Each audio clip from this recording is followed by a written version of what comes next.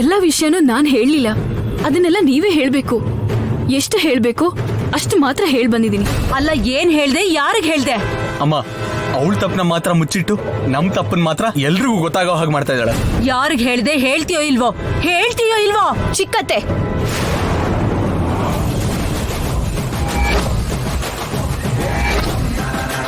ಕೈ ಕೆಳಗಿಳಿಸಿ.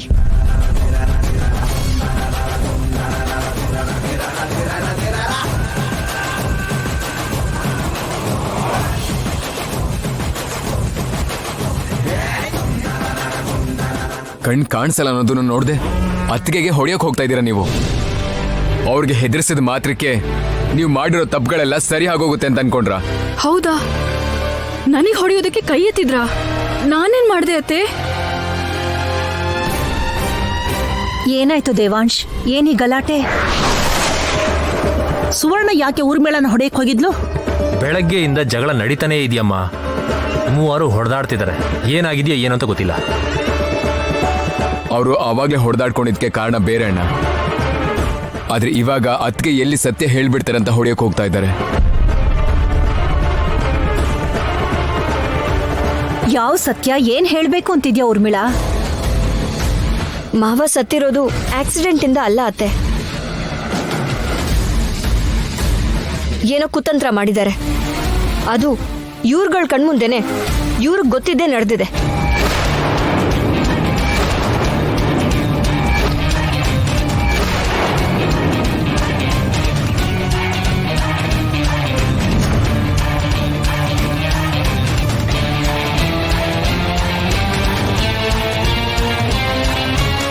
ಆ ನಿಜ ಅಕ್ಕ ನಮ್ಗೆ ಹೇಳಿದ್ದಾರೆ ಅಂತ ಇವಾಗ ಇವರು ಅಕ್ಕನ ಮೇಲೆ ವಿಷ ಕಾರ್ತಿದ್ದಾರೆ.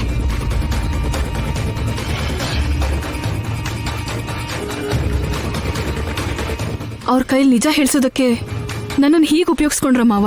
ಆ ತಪ್ಪಲ್ಲಿ ನಾನು ಭಾಗಿಯಾಗಿದ್ರು ನನ್ನ ಬಗ್ಗೆ ಏನು ಹೇಳಲಿಲ್ಲ ಅಂದ್ರೆ ನನಗೆ ಬದಲಾಗೋದಕ್ಕೆ ಅವಕಾಶ ಕೊಟ್ರ ಮಾವ.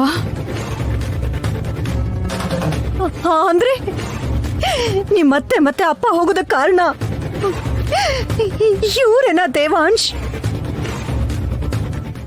ಕಣ್ಬಿಡಮ್ಮ ಅಮ್ಮ.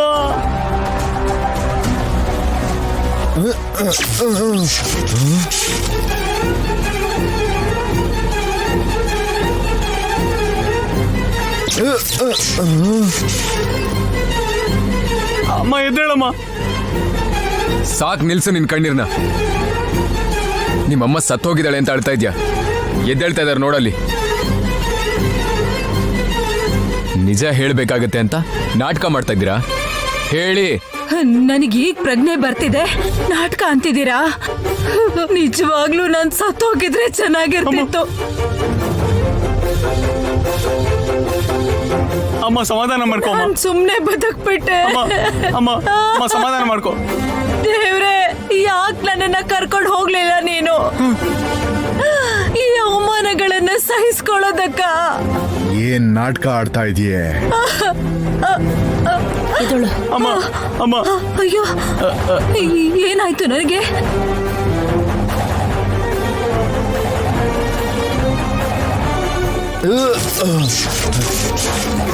ನನಗೇನಾಗ್ತಾ ಇದೆ?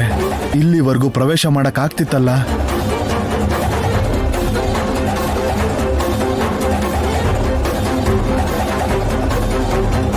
ನಾನು ಸತ್ತ ತಿಥಿ ಬದಲಾಗೋಯ್ತಾ?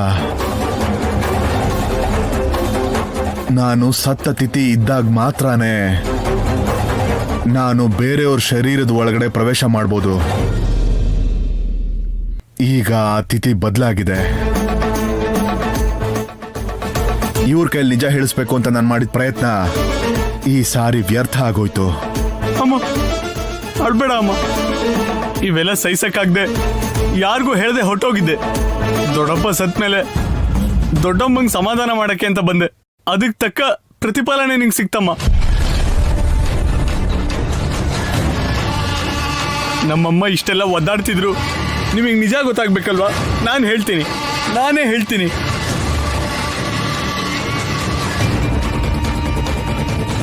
ಈಗ ನನ್ನ ಬಗ್ಗೆ ಏನ್ ಹೇಳ್ತಾನೋ, ಹೇಗೆ ತಪ್ಪಿಸ್ಕೊಳ್ಳೋದು? ಏನೇ ಆದ್ರೂ ನಮ್ಗೆ ತೊಂದರೆ ಆಗ್ತಿದೆ ಅಲ್ವಾ?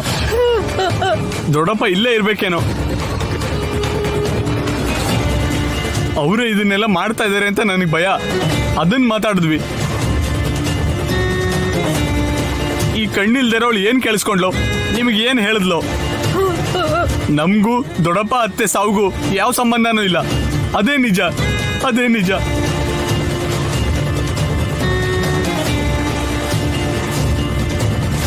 ನೀವ್ ಹೇಳ್ತಾ ಇರೋದು ತುಂಬಾ ಚೆನ್ನಾಗಿದೆ. ಮಾವನ ಆತ್ಮ ನಿಮ್ಗೇನೋ ಮಾಡ್ತಾ ಇದೆ ಅಂತ ನೀವು ಭಯ ಪಡ್ತಾ ಇದ್ದೀರಾ. ತಪ್ಪು ಮಾಡಿದ್ರೆ ಭಯ ಪಡ್ಬೇಕೆ ಹೊರತು ತಪ್ಪು ಮಾಡಿಲ್ಲ ಅಂದ್ಮೇಲೆ ಯಾಕೆ ಹೆದರ್ಕೋತೀರಾ? ಯಾಕೆ ಅಂದ್ರೆ ನಾವ್ ಏನೇ ಮಾಡಿದ್ರು ನಿಮ್ಗೆ ತಪ್ಪಾಗಿ ಕಾಣುತ್ತೆ. ಕೊನೆಗೆ ನಮ್ಗೇನಾದ್ರೂ ಆದ್ರೆ ಅದಕ್ಕೆ ನಾವೇ ಕಾರಣ ಅಂತ ನಮ್ಗೆ ಹೇಳ್ತೀರಾ. ಅದಕ್ಕೆ ಎಲ್ಲಾದ್ರ ಬಗ್ಗೆ ಯೋಚಿಸಿ ನಾವಿಬ್ರು ಹೀಗಾಗಿದ್ದೀವಿ. ನಾವು ಹಾಸ್ಪಿಟ್ಲಿಗೆ ಹೋಗೋಣ ಬಾರಮ್ಮ. ನಡಿಯಪ್ಪ. ಅವರು ಸುಮ್ಮನೆ ಭ್ರಮೆ ಪಟ್ಕೊಂಡು ಭಯ ಪಡ್ತಿದಾರಾ? ಇಲ್ಲಾಂದ್ರೆ ದಶರಥ ರಾಮನ ಆತ್ಮ ಅವ್ರನ್ನ ಹೆದರಿಸ್ತಾ ಇದೆಯಾ? ನಿಜವಾಗ್ಲೂ ನನ್ನ ಮಗನ ಆತ್ಮ ಇಲ್ಲೇ ಸುತ್ತಾಡ್ತಾ ಇದೆಯಾ? ನಾನು ಆತ್ಮ ಆಗಿ ನಿಮ್ ಸುತ್ತ ತಿರುಗ್ತಾ ಇರೋದು ನಿಜನಮ್ಮ. ಆದ್ರೆ ಅವನು ಹೇಳ್ತಿರೋದು ಮಾತ್ರ ನಿಜ ಅಲ್ಲಮ್ಮ. ನನ್ನ ಸಾವಿಗೆ ಕಾರಣ ಅವರೇನೆ. ನಿಜ ಬಾಯ್ ಬಿಡಿಸೋ ಅಷ್ಟರಲ್ಲಿ ತಿಥಿ ಬದಲಾಗೋಯ್ತಮ್ಮ. ಅವ್ರು ಹೇಳಿದ್ದು ನಿಜ ಆಗಿರ್ಲಿ ಆಗದೆ ಇರ್ಲಿ, ನಿಮ್ ಮಗ ಯಾವಾಗ್ಲೂ ನಮ್ಗೋಸ್ಕರ ನಮ್ ಕುಟುಂಬಕ್ಕೋಸ್ಕರ ಯೋಚಿಸ್ತಿರ್ತಾರೆ ಅತ್ತೆ. ಅವರು ನಮ್ ಸುತ್ತಾನೆ ಇಲ್ಲೇ ಎಲ್ಲೋ ಇರ್ತಾರೆ. ನಮ್ಮನ್ನ ಮತ್ತೆ ಮಗುನ ಕಾಪಾಡ್ಕೊಳ್ಳೋದಕ್ಕೋಸ್ಕರ ನಿಜವಾಗ್ಲೂನೇ ಮಾವ ಆತ್ಮ ಆಗಿ ನಮ್ ಸುತ್ತಾನೆ ತಿರುಗ್ತಾ ಇದ್ದಾರಾ?